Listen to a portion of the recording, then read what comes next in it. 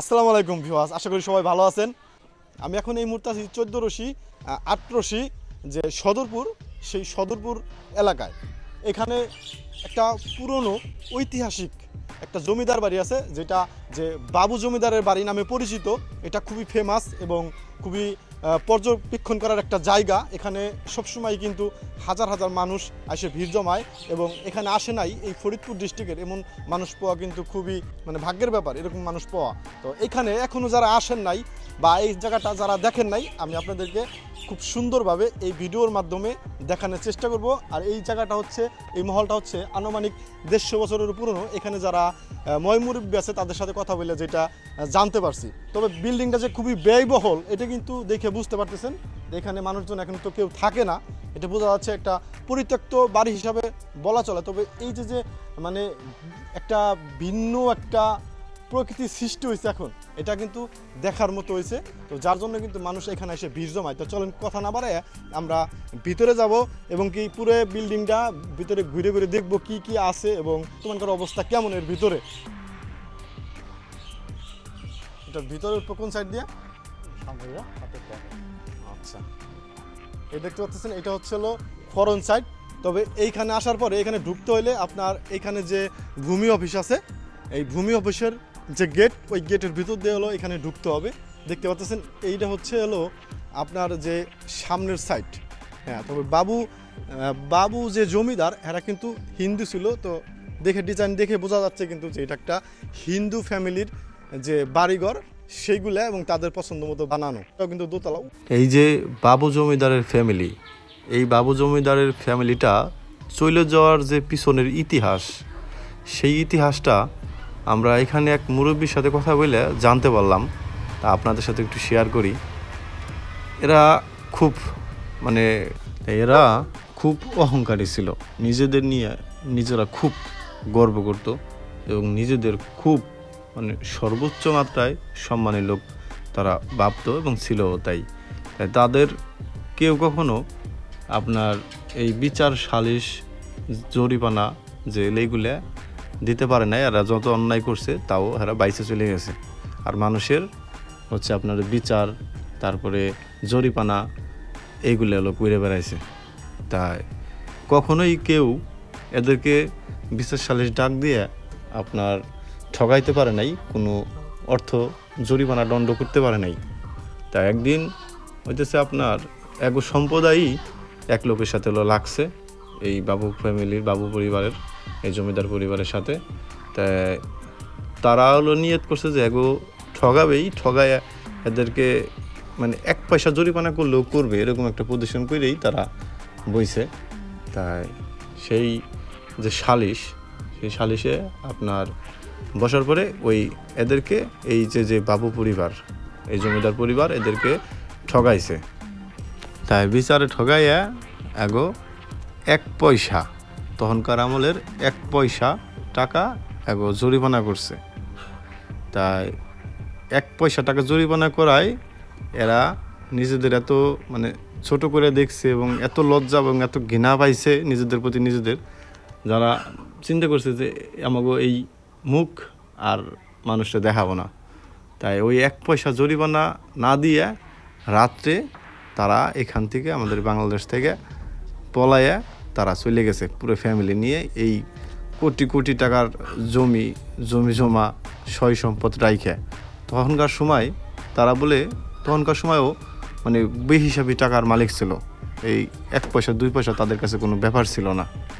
তাই এই 1 পয়সা টাকার জন্যই কিন্তু এরা কোটি কোটি টাকার সম্পদ ফেলাই থুয়ে তাদের সম্মান নিয়ে তারা চলে গেছে। কোথায় গেছে সেটা জিজ্ঞাসা করলাম, বললো যে ইন্ডিয়া চলে গেছে। তাই এই হচ্ছে আসলে এই বাবু জমিদারের যে ইতিহাস পিছনে হারাইয়া যাওয়ার, সেইটা তো মুরব্বীর কাছ থেকে শুনলাম। তা বিষয়টা আসলে চিন্তা করলে অনেক কিছুই, আর চিন্তা না করলে তেমন কিছুই না। যে চিপা চাপা জায়গা পোলা বানায় আইসে এই জায়গা ডেট মিট না শুরু করে, হ্যাঁ করে বলে করে করে করে সিঁড়ি পাইছো? একদম ভিতরে আইসা একটা চিপার ভিতরে একটা সিঁড়ি, তো অনেকগুলো আছে গাইস। এখানে একটা সিঁড়ি পাওয়া গেছে।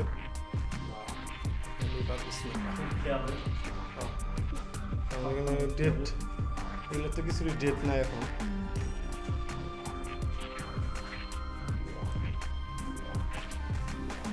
উড়াইতে গেল কি দুই জমিয়া টাকা দিয়ে টেনশন কিনছি নাকি আমরা আবার?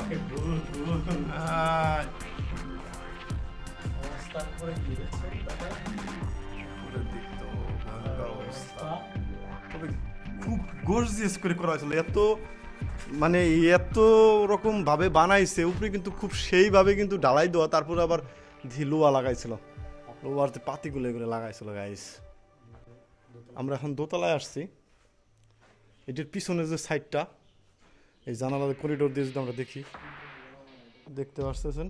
তবে তিনতলায় যাওয়ার যে গেট, সেটা সামনে বাইঙ্গে বড় একটা যে ওয়াল, সেটা পড়ছে, দেওয়াল পড়ছে, সিঁড়িটা ব্লক হয়ে গেছে দেখতে পাচ্ছেন। আমরা এই সাইডটা একটু দেখি, এই জায়গাতে অনেক কিছুই ঘটে, দেখে বোঝা যাচ্ছে। ফাঁকা জায়গা তো গাইস, এখানে মনে হইতেছে অনেক কিছুই ঘটে, কিন্তু হাঁটা চলাফেরা করা একটু কষ্টই, রিক্স রিক্স। অনেকেই স্মৃতি টিতে রাখে গেছে অনেক কিছু ওয়ালের সাথে, দেখতে পাচ্ছেন কিরকম একটা অবস্থা,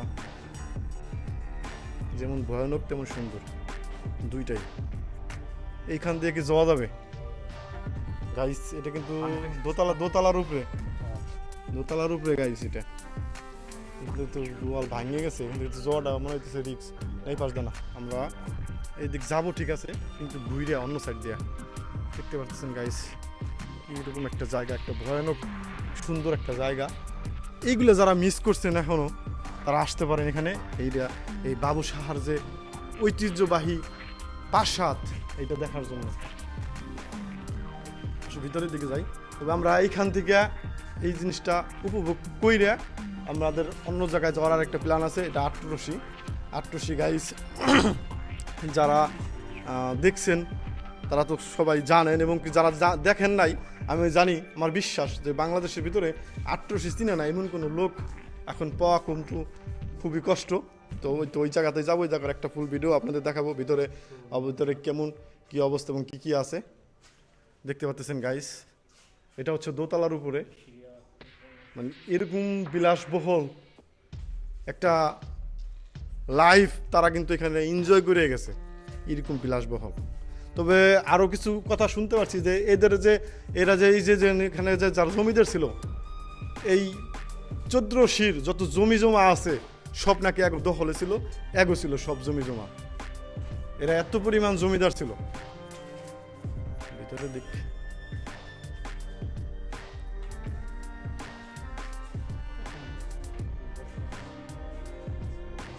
তবে কিছু কিছু জায়গা আছে গাইস, যদি কেউ আসেন, কিছু কিছু জায়গা আছে ওখানে খুব সাবধানে ঢুকবেন এবং সাবধানে পারাবেন। এখানে অনেক কিছুই আছে স্মৃতি বিচারিত। আর এই যে একটা গাছের যে শিকড় দেখতে পাচ্ছেন, গাছটা কিভাবে হয়েছে, গাছের উপর দিয়ে অনেকেই অনেক স্মৃতি বিচরণ করে গেছে গাইস,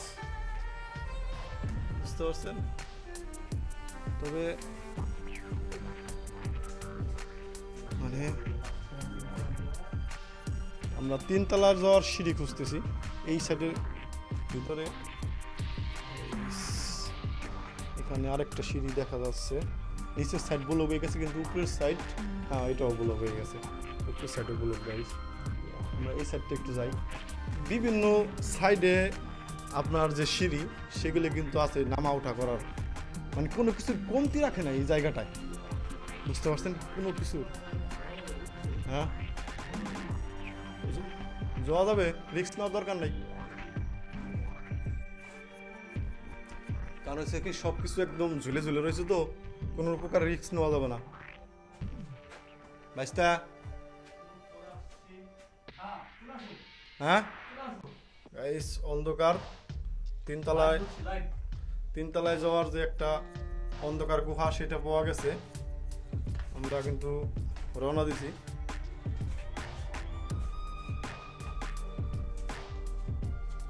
চলো চলো রে আমি আগে হাই মানে চলে পৌঁছে গেছি। তিনতলায় চলে আসছি, তবে এখান থেকে পাড়াইয়া যাওয়া কতটুকু যুক্তিসঙ্গত বা কতটুকু সেফ এটা বোঝা খুবই কষ্ট। তবে আমরা যদিও হালকা মানুষ, আমরা চলে যেতে পারবো, আমার দৃঢ় বিশ্বাস। এই সাইডে যদি আমরা দেখি, এই সাইডে একটা ছাদ আছে, ছাদে নাকি উঠা যাবে, দেখতে পাচ্ছেন গাইস। এখানে আসলে এনজয় মানে কি সবই করতে পারবেন, বুঝতে পারছেন আশা করি। তবে পোকমাকড় থাকতে পারে, সাবধান, বিশাল আকারে থাকতে পারে এখানকার যে অবস্থা। এদিক কি যাবা? হ্যাঁ যাওয়া যাবে। কতটুকু যুক্তিসঙ্গত?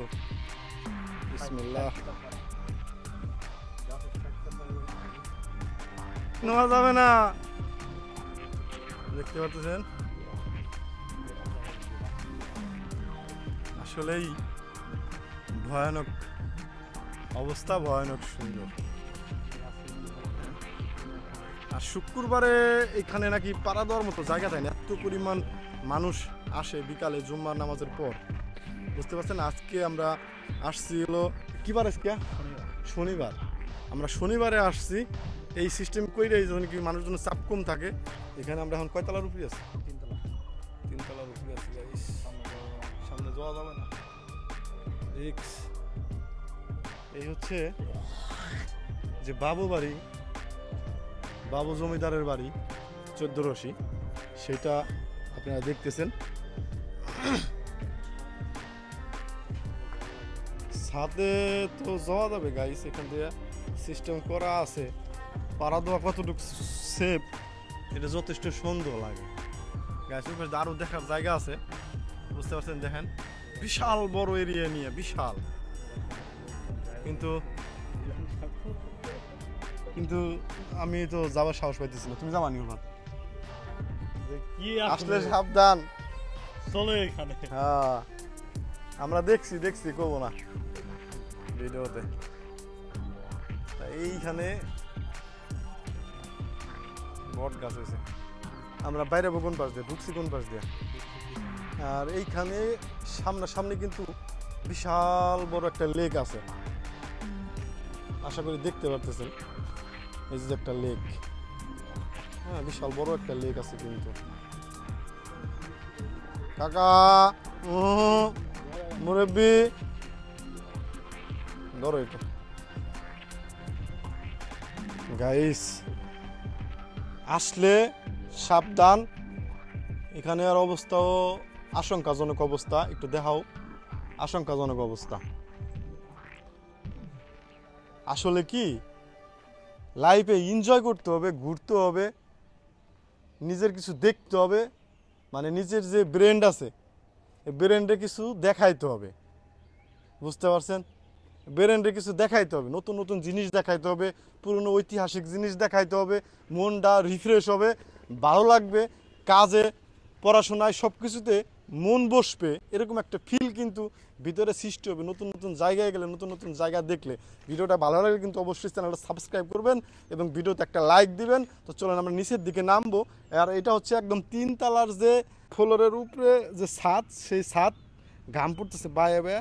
তবে এখানে এসে অনেক কিছুই দেখা যাবে, অনেক কিছুই উপভোগ করা যাবে, এরকম উপভোগ করার একটা জায়গা, বুঝতে পারছেন। শুক্রবারে আর চিপাই চাপাই বেশি দেখা যাবে না, এরকম হলো অবস্থা। লজ্জিত হবো নিজেরা। হ্যাঁ তাই আমরা এখন হলো নামবো নিচে। মোটামুটি এই সাইড দিতে না, এই সাইড আমরা উঠছি, নাম যে সাইড উঠছি এই সাইড দিয়ে নামি। তো গাইস সবাই ভালো থাকবেন, সুস্থ থাকবেন, দেখা হবে আবার 18 নেক্সট ভিডিওতে। আল্লাহ হাফেজ গাইস। ভিডিওটা আমার মনে হয় আপনাদের ভালো লাগছে। ভিতরে কিন্তু আরও অনেক অনেক জায়গা আছে যেখানে কিন্তু আমরা ঢুকলাম না, ঢোকার সাহস পাই নেই। তো আপনাদের যারা সাহস বেশি, হিম্মতালা, তারা এখানে আসবেন, তারা এখানে ঢুকবেন। এই অপেক্ষায় কিন্তু ওই জায়গাগুলো থুয়ে দিলাম, বুঝতে পারছেন। তো ভালো থাকবেন সবাই, আল্লাহ হাফেজ গাইস, বাই বাই।